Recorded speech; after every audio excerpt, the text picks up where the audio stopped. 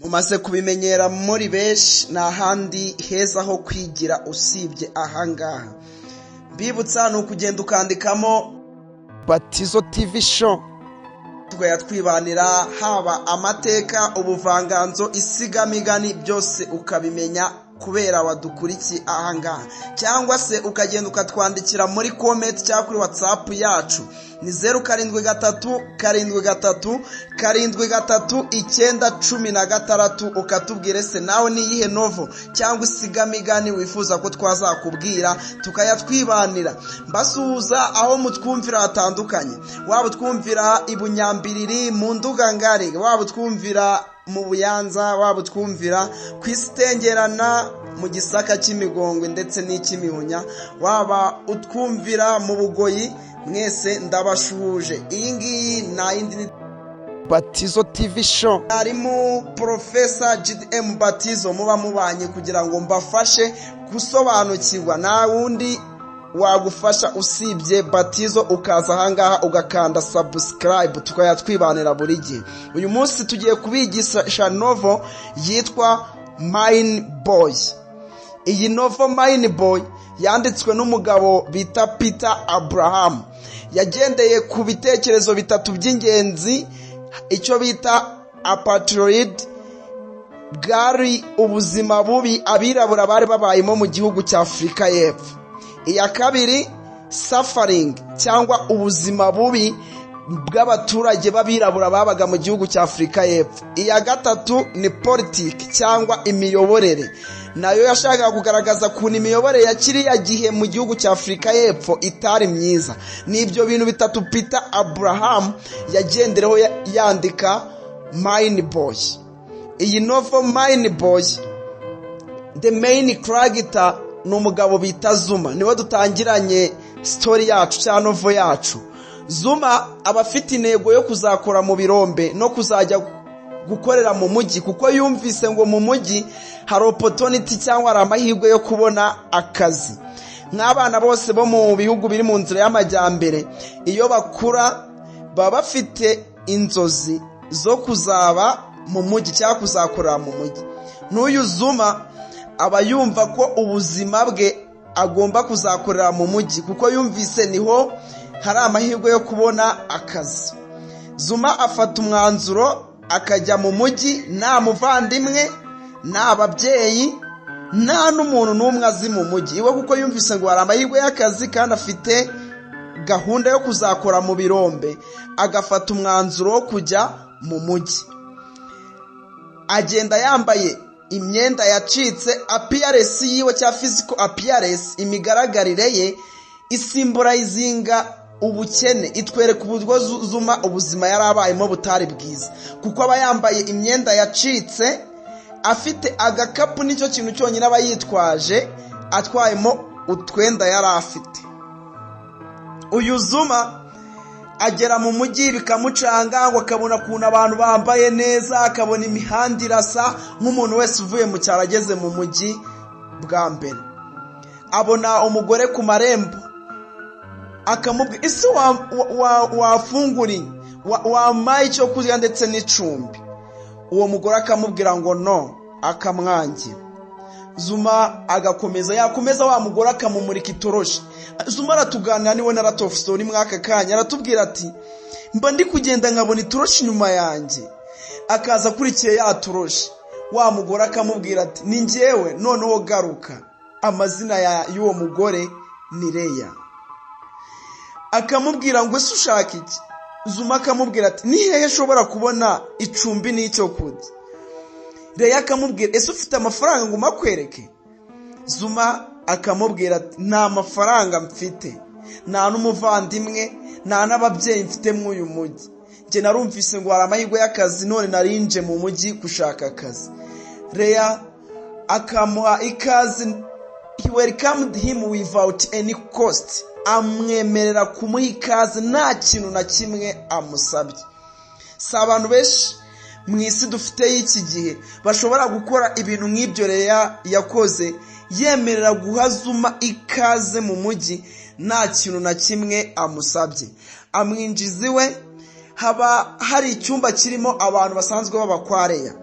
harimo uwitwa Daddy. Uyu Daddy aba ari umusinzi, yikundira kunywa igihe cyo cyose time yiwe ayimara mu kabari. Haba hari undi bita Dradra. Uyu nguyu we abakunda gukina n'icyuma kandi ari umugabo udashobotse. Undi ubuhari haba hari umukecuru bita Maprak aba ari umuseriveri muri business ya Reya Irirego. Kubera iki bavuga ngo business ya Reya Irirego cyane ntabwo ikurikiza amategeko? Nuko muri kiriya gihe muri Afurika y'Epfo nta muntu wari wemerewe w'umwirabura uri black gukora business, kandi nta mwirabura wari wemerewe kugenda mu muhanda nta cyangombwa cyerekana yuko akorera umuzungu cyangwa uruhushya yahawe n'umuzungu. Muri make ubuzima abirabura bari babayeho bwari ubuzima bubi. Rero Reya we yari umwe mu bagore batinyutse, ahitamo gukora business kandi ari umwirabura. Niyo mpamvu bavuga ngo akora illegal business, kubera akora business itemewe, kubera yari umwirabura agakora business kandi nta mwirabura wemerewe gukora business. Reya amwikaza akamufungurira, yarangiza akamwintroducinga kuri Maprak. This is the Zuma from NAF. Uyu ni Zuma uva muri NAF. Akamwintroducinga, bakamwishimira, bakamuha ikaze. Barangiza Reya akamwereka icyumba abamo, akamubwira ati kino cyumba ni icya teacher. Uwo teacher bamwita Eliza. Ati nawe uhari umunsi yaje tuzakwereka aho uzabuba nta kibazo. Zuma akaruhuka. Ku munsi ukurikiyeho Zuma aratubarira inkuru ati mbyutse numva hanze hari imigwano. Iyo migwano nkumva abantu barimo barasakuza, abandi bafana, ndi mu buriri ariko nkagira ngo ndi kurota. Hari mu gitondo. Zuma yarabyutse, niko ari kutubarira inkuru. Abyutse asanga arengurukira muri gate, abona hanze abagore babiri bari kugwana. Umugore umwe kiba ari ikigore kinini cyitwa Drakaliza. Ruba ari urugore runini rufite imbaraga, ruri kugwana kandi kagore kitwa Rena. Ako kagore kaba ari akagore k'aka Indian gasa nk'abirabura nyine, kitwa Rena, kananutse ko cyane. Iruhande rwabo haba hari Daddy ari kujya afana ngo yiterera hejuru amanuka avuga ngo mugwane, nka bya bindi abana ba kera iyo babaga bari kugwana bakoraga, abantu babaga bari gufana inkuru.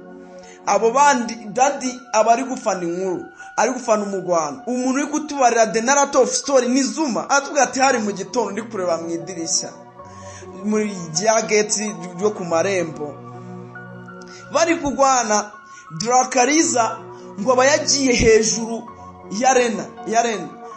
Bari kugwana, Drakaliza akakubita Rena cyamwica hejuru, cyamurambara hejuru. Dada ari mafana ngo Rena afata agakuramo urukweto, yarangiza akarumwasa ku gahanga. Ubwo rukweto arumukubise ku gahanga, Drakaliza ahita ava amaraso. Rwa rugore runini nubwo ari gatoya kakaba karamunesheje, kubera rwa rukweto gakuramo kakarumwasa ku gahanga. Reya agahita ahahinguka. Reya iyo ahingutse arababwira ati uzi ko ari umusore cyangwa uzi ko yiyamina, ntihagire umuntu wongera kugwanira imbere y'igipangu cyanjye. Reya afata Rena, kakandi kari fini kananutse, akakajyana akakitaho. Bakunda kubaza ikibazo, muzakibona, tuzajya tubasubiza ibibazo, musandike muri comment ngo ese Drakaliza na Rena bagwana bari kuva. Mu by'ukuri according to what the novel tells us naho bigaragara, ariko niba tuzi ko Reya araninga illegal business, akora business itemewe yo gucuruza inzoga, kandi bakaba baragwaniye imbere yiwe, bivuze ko ubwo bari bavuye kunywa inzoga kwa Reya. Ndakeka icyo gisobanutse. Just ni Zuma kitubarira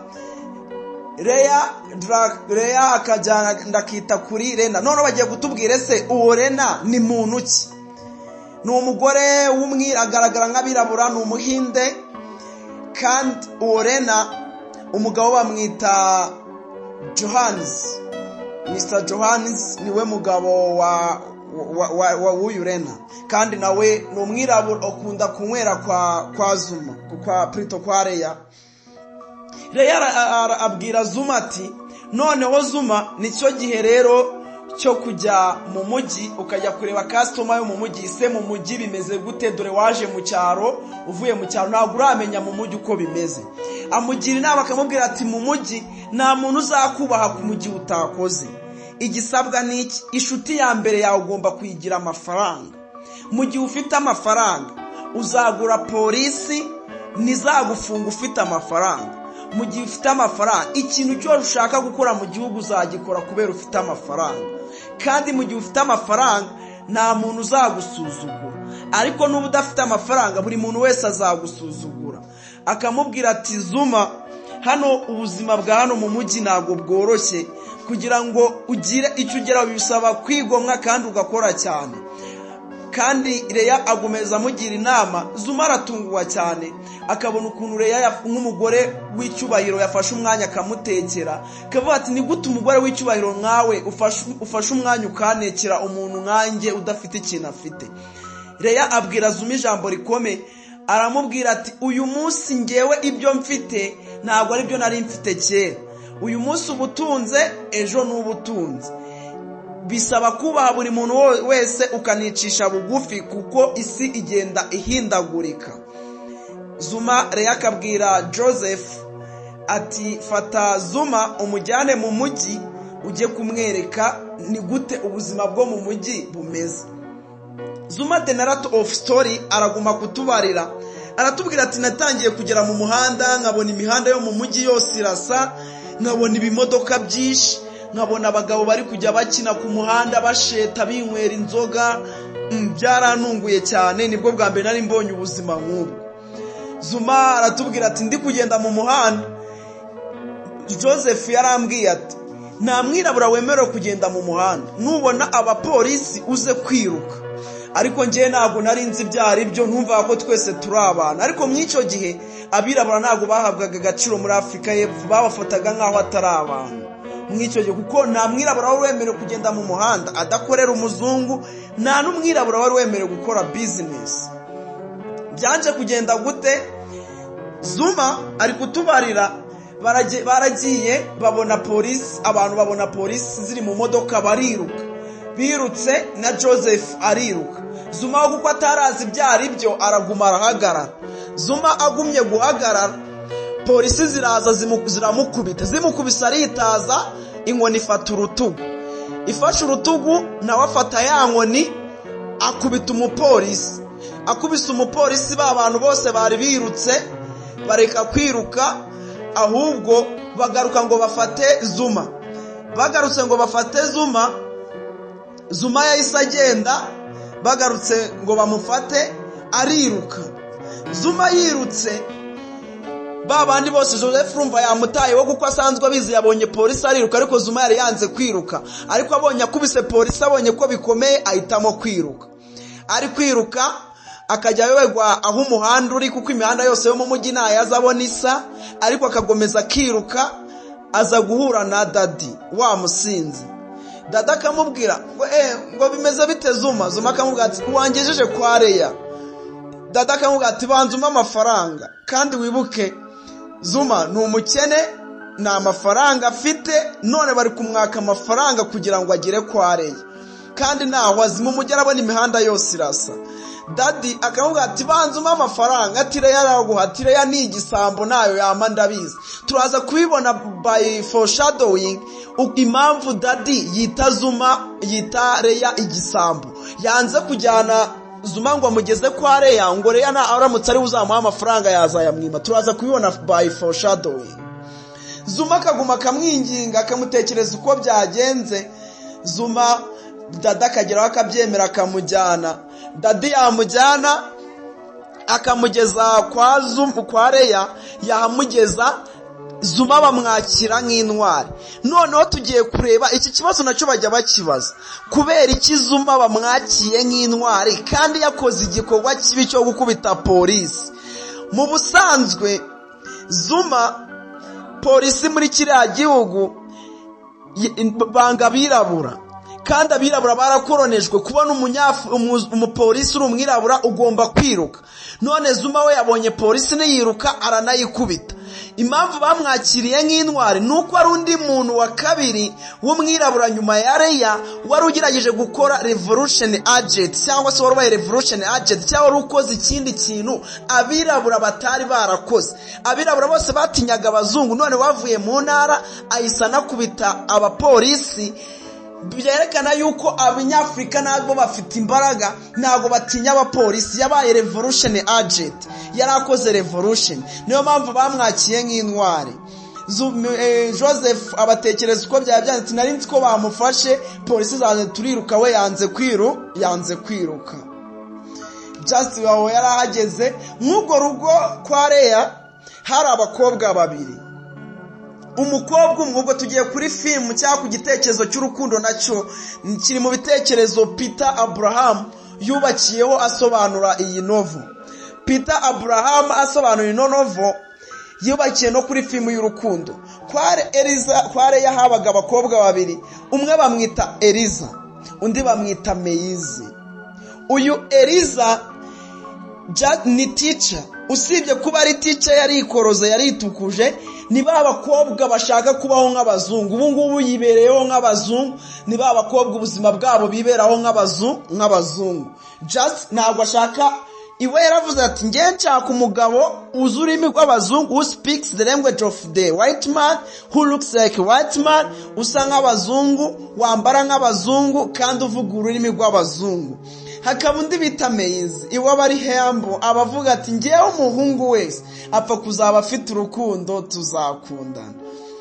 Zuma yahagera agahita yikundira Eliza, kandi wibuke Eliza ntabwo akunda abirabura. afite gahunda yo kuzakunda umuntu uvuga ururimi rw'abazungu, ubaho nk'abazungu, unambara nk'abazungu. none Zuma aramukunze, kandi ibyo ntabyo afite. Zuma akajya mu rukundo na Eliza, akamubwira ati Eliza ndagukunda. Eliza akamubwira ati Zuma mu by'ukuri nakagukunze, ariko ngiye nshaka kuzakunda umuntu usa nk'abazungu, wambara nk'abazungu, kandi uvuga ururimi rw'abazungu. niyo mpamvu wowe bitavamo. Zuma bikamubabaza, ariko Eliza ku rundi ruhande nawe aba yikundira Zuma. aramubwira ati Zuma from now ndagukunda. Zuma akabimwemera, ariko Zuma ntabwo aba ashaka kumukunda kubera aba yikundira Eliza teacher. Zuma birakomeza, urukundo rwabo rukaba rwiza. hari ahantu bigera Zuma teacher akazakunda, agatangira nawe gukunda Zuma, bakajya banasohokana bakishimana. ariko umunsi umwe tugendeye ku byo Novi tubwiye, Zuma aza gusigara mu rugo,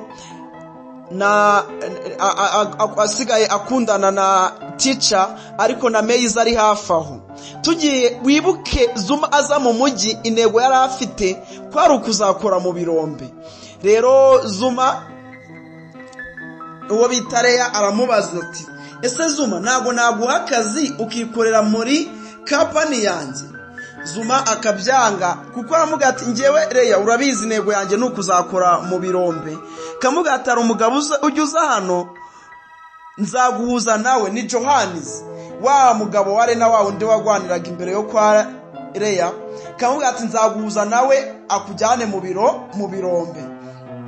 Zuma Leya muperezida kuri Johannes, Mr. Johannes akamubwira tuzaze narebe inkwakazi mu birombe. Zuma bageze ku nzozi ze. isomo wakigiramo niriye mu buzima, ntugacike intege, ikintu cyose kirashoboka. wewe upfa kuba wakoze cyane, na bya bindi byose utekereza wazabigeraho, kuko n'izirika zose zari amagi. na Zuma bageze kuri achievement, kuko just aba yaratekerezaga yuko ashaka kuzakora mu birombe, none abigezeho abifashijwemo na Johannes. agera mu birombe, bakamuha ahantu ho gukora. baba bazajya basunika amatracks. ngerageze kugusobanura, abantu bazi ibirombe ni ibimodoka binini biba biri mu birombe, baba bagomba kuzabisunika.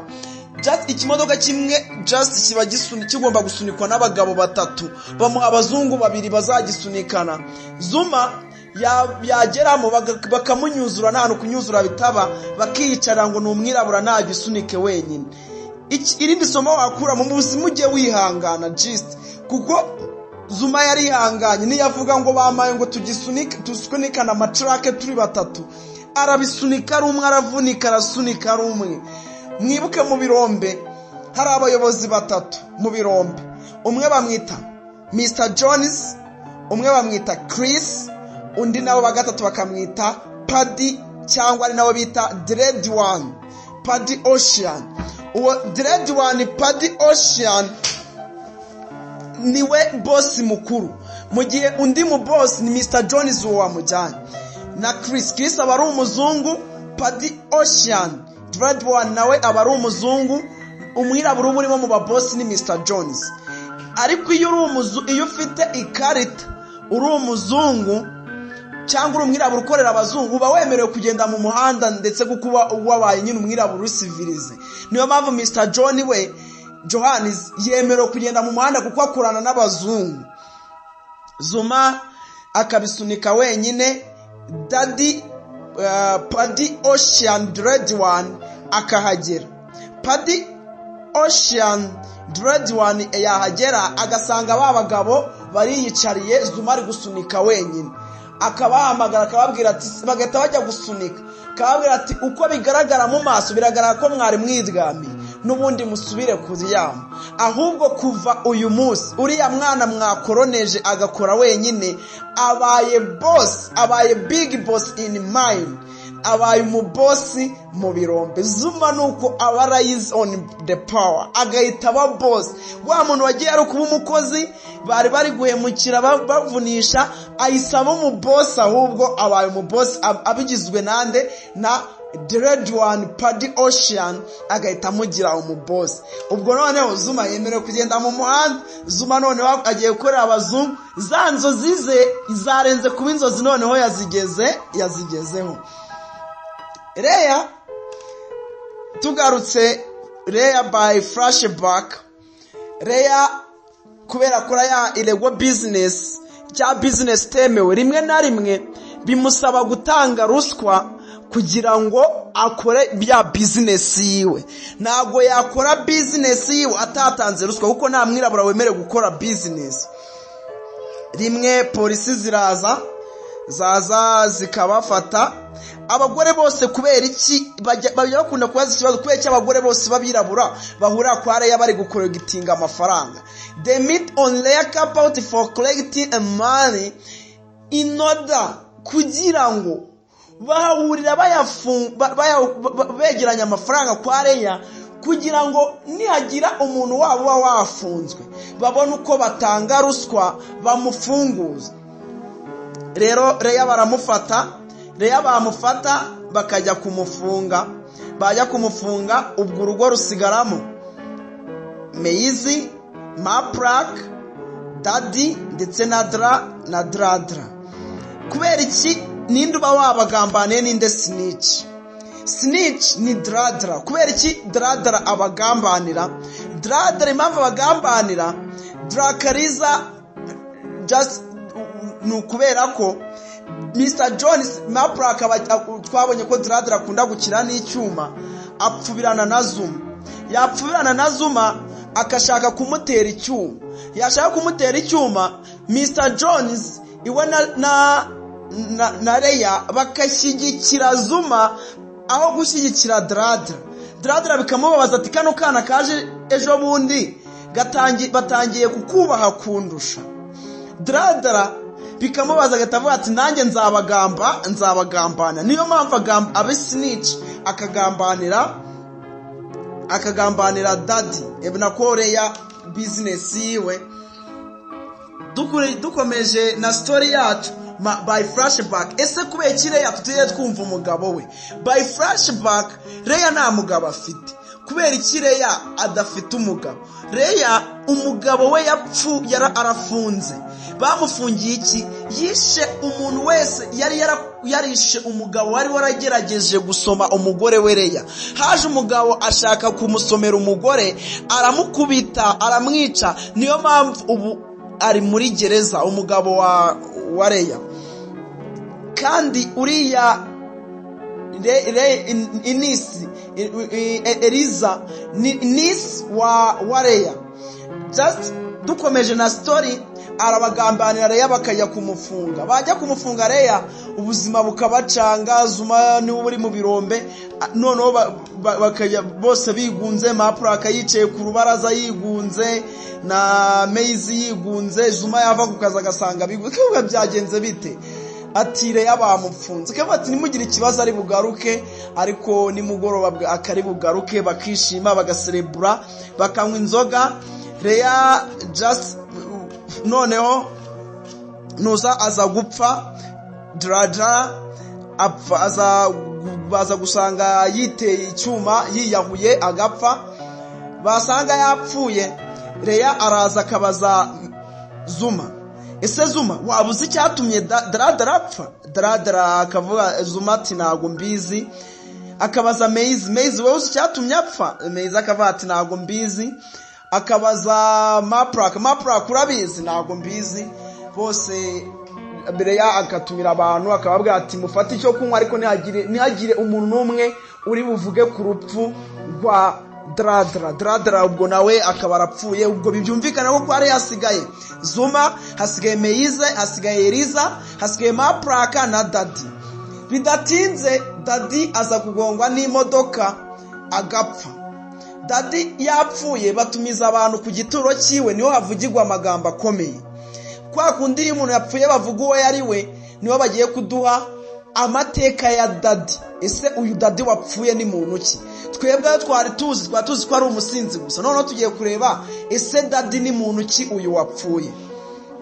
Uyu Dadi ku gituro cye baratubwira ngo ntago yitwaga Dadi, ubundi bwo kera yitwaga Francisco Dambura.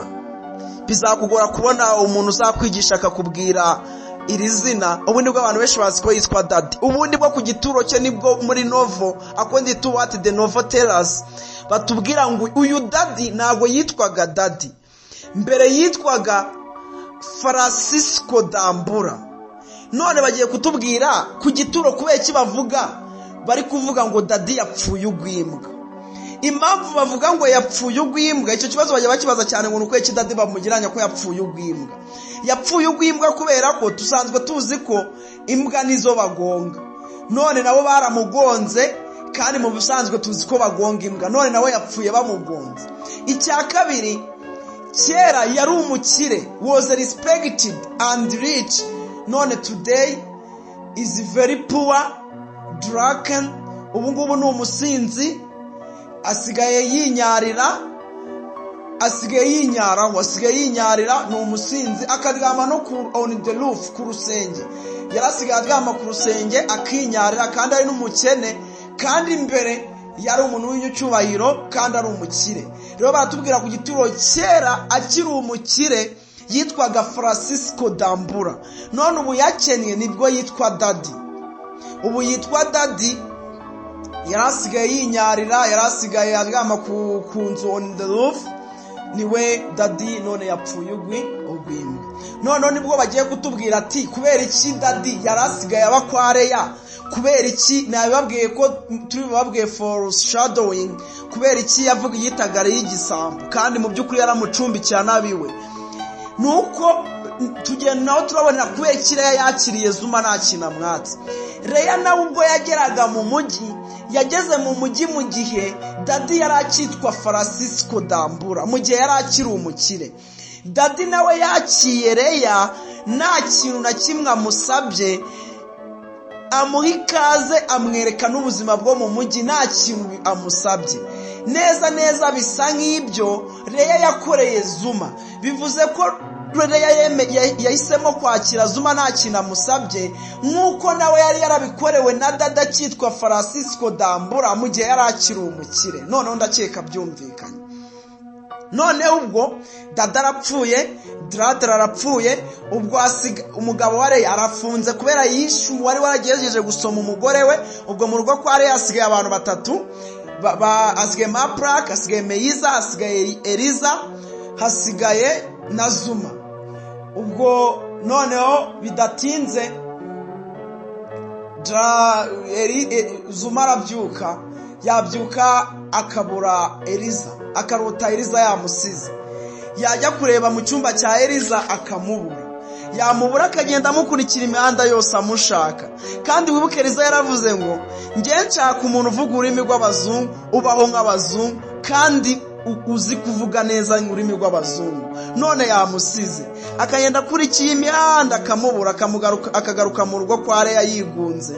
Yagaruka mu rugo yigunze, Meyiza agahita amusanga. Meyiza amubwira ijambo rikomeye, aramubwira ngo Zuma, gukunda utagukunda, to love someone who does not love you is very painful, more than to love someone who love you even when you don't love her or him. Ngo gukunda utagukunda niko gahinda gakabije kurusha kwikundira ugukunda kabone niyo waba utamukunda. Aramubwira ati Zuma, hahandi abandi bose bagusize niwo ngewe nzagusanga, hahandi abandi bose bakwimya agaciro niwo ngewe nzaguhera agaciro. Zuma, ihangane ngende kumwe nawe. Zuma akabona ukuntu noneho agatangira kubona ibimenyetso byo kuntu Meyizi amukunda. Zuma agasubira mu birombe. Zuma yasubira mu birombe, ariko Leya nyuma baramufunga, baza kumufunga kubera ya business illegal akora. Noneho atanga ruswa nabi, bakamugambanira agafunga. Yafungwa, hasigara irungu rikomeye kwa Leya, hasigara Maplak, hagasigara Meyizi na Zuma gusa. Noneho Zuma yagenda ku muhanda, ngo dore ka gahungu k'akanyabibazo, kariya gahungu niko k'akanyamwaku, kataraza nago karahageze dada arapfa, karagera daradara arapfa. None na Leya baramufunze, kariya gahungu niko kabitera. None na Eliza yaragasize, uwo yakundaga Eliza yaramusize, uwamuhaye ikaze Leya baramufunze, daradara yahasanze yarapfuye, mu gihe na dadi baramugonze. Biramubabaza cyane, akajya kureba ajya gusura inshuti ye bita Paddy Ocean Fred wandi wamuhaye ikaze, abafite umugore bita D. Yahagera akareba ukuntu ari heza mu bazungu, ukuntu ari heza amatara, akavuga ati noneho nakabona impamvu Eliza yanyanze, nanjye ntago naba mfite inzozi zo kuzaba hano ngo nanjye nshakane n'umuntu nkanjye. Noneho namubabarira, akavugana na D akamubwira ati ese Zuma, kubera iki warangaye iki? Akamubwira ati nari mfite umukobwa nakundaga, ariko aranyanga ngo kuko ashaka kuzabaho nk'abazungu kandi akaba mu buzima bw'abazungu. Uwo D yari umuzungu na Paddy Ocean yari abazungu. Zuma arabibatekereza, amubwira ati hangana uzabona undi. Zuma aganira na Paddy Ocean. Paddy akamubwira ati Zuma, nshaka kuba inshuti n'abirabura. Zuma aba yanga abazungu bya hatari, akavuga ati Zuma, shaka ko twibera inshuti. Zuma akavuga ati sinshobora kuba inshuti n'abazungu. Ese Paddy, uramutse ubaye ngewe Paddy Ocean, wakundana uramutse warabuze umukunzi wawe kuko utari umuzungu, uramutse utemerewe kugenda mu muhanda kuko utari umuzungu, uramutse utemerewe gukora business kuko utari umuzungu, ubwo nawe wakundana n'abazungu? Ariko Paddy Ocean yari umuntu mwiza, aramubwira ati twese icy'ingenzi turi abantu, all of us we are human being, twese turi abantu. Icy'ingenzi ntago ari ukuba umuzungu cyangwa umwirabura, icy'ingenzi ni ukuba uri umuntu. Niyo mpamvu twakibera inshuti, ngiye nshaka kwibera inshuti n'abirabura. Zuma nabyumve neza. Zuma bukeye akemera akajya ku kazi, abagiye gusimbura abakoze ijoro. Yagera ku kazi agasanga habaye impanuka.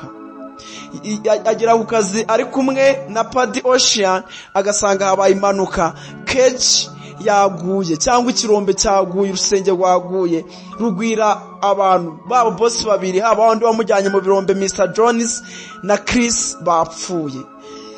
Yahagera agasanga bapfuye, bikabababaza, bakagerageza kumukurura, ni gute bapfa? Babona Keji iri guhubuka cyangwa igisenge kigiye kugwa.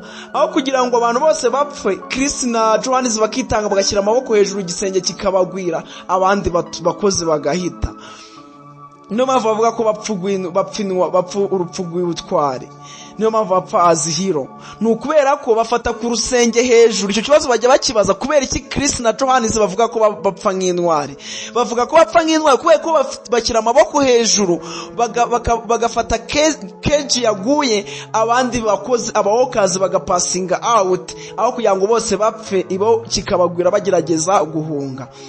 Just bikamubabaza Zuma akabakura agahita abakozi gukora, ariko abamanager bakabwira abakozi ati mukomeze mukore kandi abantu bapfuye. Zuma bajya kumufunga iwe na Paddy, manager bagahita bavuga ati ahubwo mwebwe babafunge. Zuma agahitamo kwiruka. Zuma yakiruka, yagera mu rugo ahasanga Maplake na Meiza, bakamuha icyayi, bakamubwira ati se ko ufite ibibazo byagenze bite? Akaba butekereza uko byangize, ukamubwira ati ukaba ukiri mu gihugu utarahunga. Paddy bo baba bamujyanye bagiye kumufunga. Zuma akababwira ati Chris na Johannes bapfuye kandi Paddy Ocean bamufunze. None rero nanjye ntago nahunga, ntago naba nyiri intwari, ahubwo ngiye kubasanga, nanjye njye kuri polisi nijyanye, njye kuvuga uko byagenze, maranire n'uburenganzira bw'umwirabura. Meiza akamubwira ati nibyo, na Maplake akamubwira nibyo, bakamufungurira icyayi. Barangiza Meiza akamubwira ati Zuma genda, nibyo genda ujye kuri polisi, wagaruka none, wagaruka nyuma y'imyaka 100, wazagaruka utazagaruka nzagutegereza, byaba uyu munsi nzagutegereza, byaba ejo nzagutegereza, kugera igihe uzaza twibanire. Zuma nanjye akavuga ati aho nzaba ndi kumwe hose nzaba ndi kumwe nawe Meizi, ngiye kuba revolution agent, cyangwa ngiye guhindura bino bintu abirabura bajye baba mu buzima bwiza, nabo ntibazongere kubaho nk'ubu buzima. Iyi niyo end of story. Mbibutsa nawe twandikire kuri WhatsApp yacu 0737373916, cyangwa ugende ujye muri comment utubwire niye sigamigano ushaka ko tuzakubwira, cyangwa niye novel cya short story cyangwa play ngo tuzagusobanurire. Iyi ni Batizo TV show, turabakunda cyane. Ngiye mwabanaga ni Professor GDM Bati.